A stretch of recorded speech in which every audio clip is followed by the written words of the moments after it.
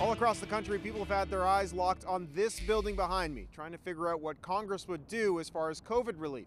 On Sunday night, President Trump signed a bill that would, among other things, send $600 to adults with a qualifying income and an additional $600 for each dependent child. And this brings up an interesting question we've received from many viewers. What exactly is a dependent? Let's verify what dependents qualify for the $600 check and which do not. My name is Henry Grez from the AICPA. Here's one of our sources from the Association of International CPAs. We also looked at the text of the bill itself and some analysis from the IRS and the U.S. tax code. First, we should break down what it means to be a dependent. Grez explains that you need to pass 2 tests to be considered a dependent. There's the support test. The parent who's claiming you has to provide more than 50% of your support. That would include food and lodging, tuition. And then there's the residency test. That child has to be living with you more than 50% of the time. But just being a dependent doesn't mean your family's going to get a check. You had to be 16 years or younger on your parent or guardian's 2019 tax filings in order to be eligible. So if you're 17 or older and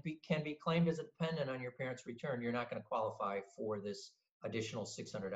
Now let's dive into a couple hypotheticals that I'm sure a lot of you parents out there are wondering. First, let's say that your child is 16 or younger, so they hit that age requirement, but they're off at boarding school. Do you get a check for them? That's considered a temporary absence, so they're still technically living with their parent. They have the right to claim you as a dependent. Okay, next question. Let's just say you had a baby in 2020. Do you get a check for them? Grez tells us that the answer is yes and no. You won't get $600 on your stimulus check for that new dependent, but you will get $600 when you file your 2020 tax return. So you won't get the $600 now, but come tax time, you should get it.